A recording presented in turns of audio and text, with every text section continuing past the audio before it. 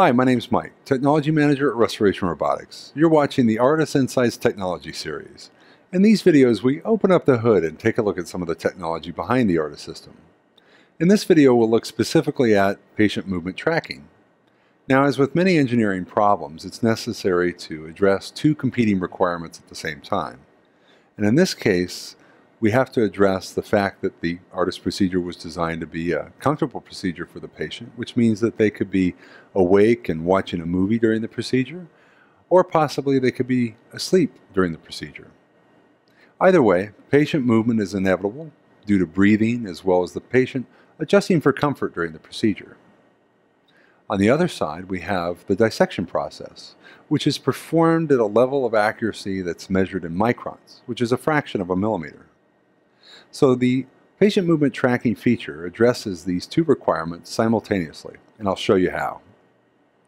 Before I demonstrate the patient movement tracking feature, let's talk about the components that make it possible. The first, of course, is the robotic arm. This is the device that's tasked with making the movements that the vision system instructs it to compensate for movement. Connected to the robotic arm, we have the needle mechanism. The needle mechanism, of course, contains the needles that carry out the dissection process during the procedure. In addition to this, it has a pair of stereo cameras, and I'll show you how these work in a moment. First, let's switch to the view where you can see the user interface a little more clearly. And what we're looking at here in this main view, live view, and I'll move the head around to show you. This is a live view of the back of the patient's head. Each of these black lines represents a hair, and on top of the hairs, the system places a green dot. This green dot indicates that the hair in question is actually being identified and tracked in real time by the system. And what I mean by real time is this actually happens at a rate of 50 times per second, or 50 hertz. This is very important for the system to be able to quickly and efficiently adapt to any movement that occurs. As you can see, if I move the field around, the green dots stay in place. It's imperceptible that the system is actually doing this update at a rate of 50 times per second. Okay? Now I'm going to ask the system to track a particular hair, so I'll click Begin here. And now the system is going to attempt to harvest a hair, and I'll pause it for a moment here so we can move the head around and show you the tracking process. Now, since the system is tracking this hair that's highlighted by the green circle, as I move the head around, the robotic arm is actually compensating for this movement.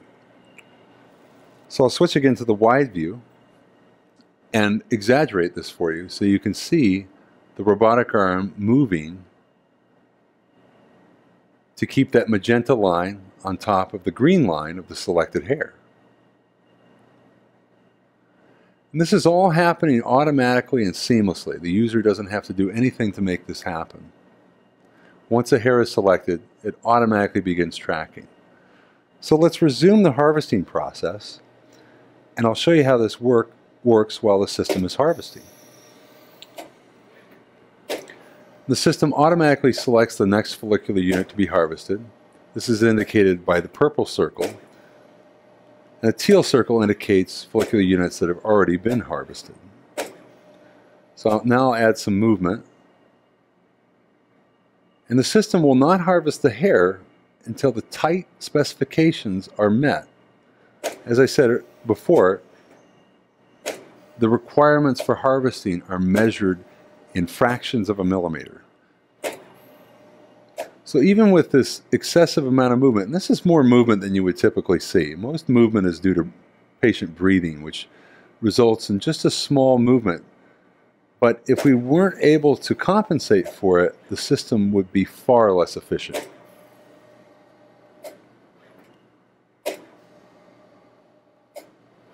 I'm going to pause the system again, and we'll talk a little bit about how the system sees the hairs.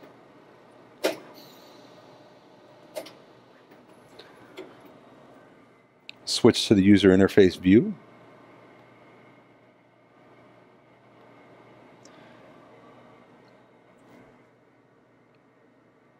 And what I want to show you is that there are actually two cameras, and I'm going to switch between the two cameras.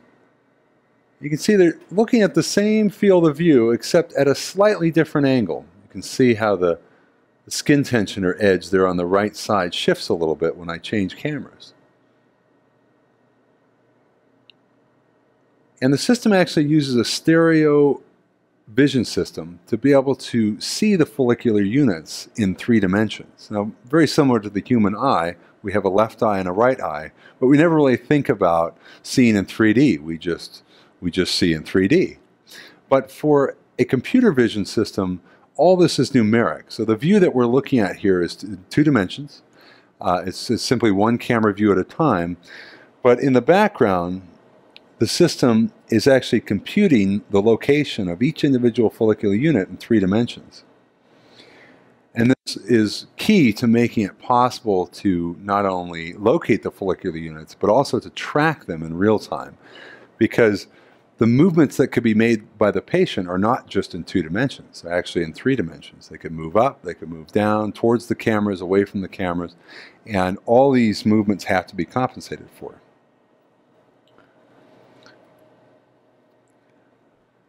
So that's a little insight into the patient movement tracking feature that's built into every ARTIS system, and I want to thank you for watching.